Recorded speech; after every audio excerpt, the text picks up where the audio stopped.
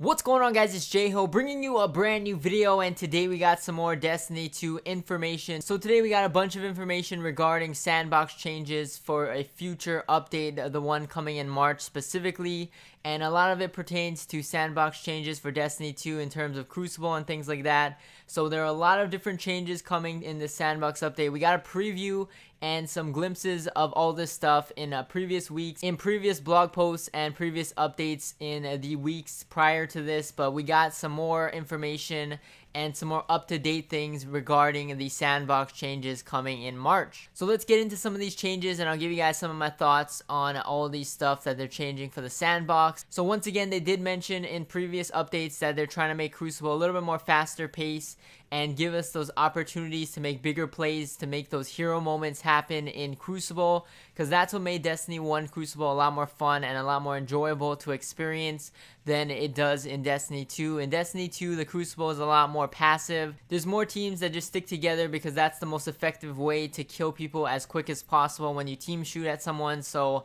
it makes the game less fun, it makes it less enjoyable. There's not as much fun and action-packed moments where someone can make a clutch play and clutch up for the team. But with these changes, it makes that a lot more possible. So once again, we got a review of some of the stuff they mentioned before. So first of all, we got respawn and revive timers being tuned for all the game modes. So for quick play, the respawn timers are being reduced so you can get back into the action quicker, as well as for the competitive modes like survival and countdown. The respawn timer is going to be a lot shorter, so your teammates can come revive you quicker than they could before.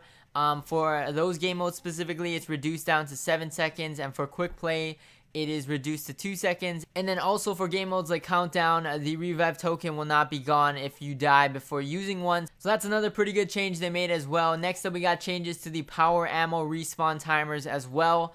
So pretty much across the board as well, they reduced the time it takes for the power ammo to respawn.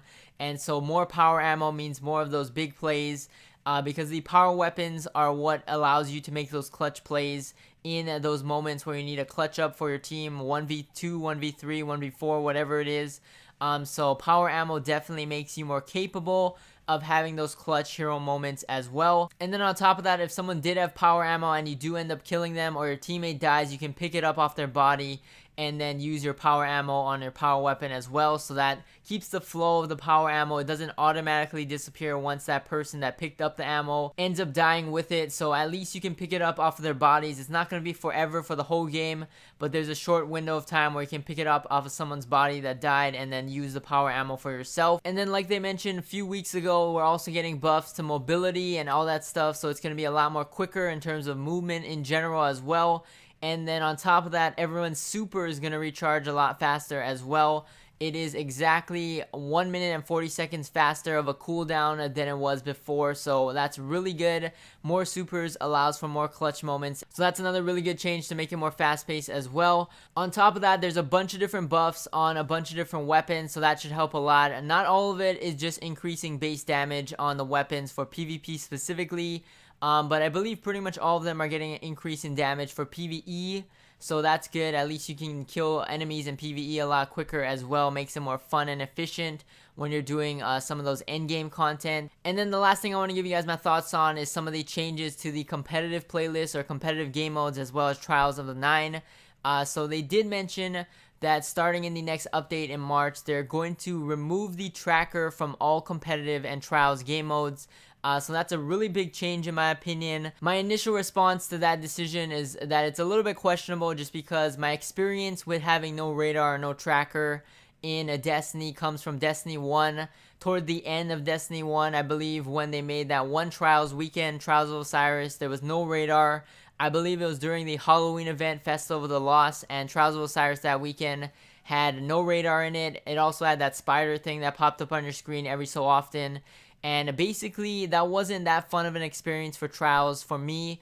I think the radar is definitely a game changer. It definitely changes the flow of the game as well. In my experiences during the Trials, that there was no radar for those few weekends in Destiny 1, there was a lot more camping, there was a lot more just sticking together and stuff like that. And so it's kind of going against what they're doing in the other changes in terms of quick play and all the other changes they're trying to make. So we'll see how this all works out. I'm not sure. You can definitely play more aggressive though as well. So there's two sides to it. But sometimes there were experiences where people were just camping more often, sticking together more often, trying to get each other's back and stuff like that. So when there's no radar, it definitely changes the way people think about playing, the way people move around the map and position themselves. So we'll see how the tracker being removed changes the game in terms of competitive game modes.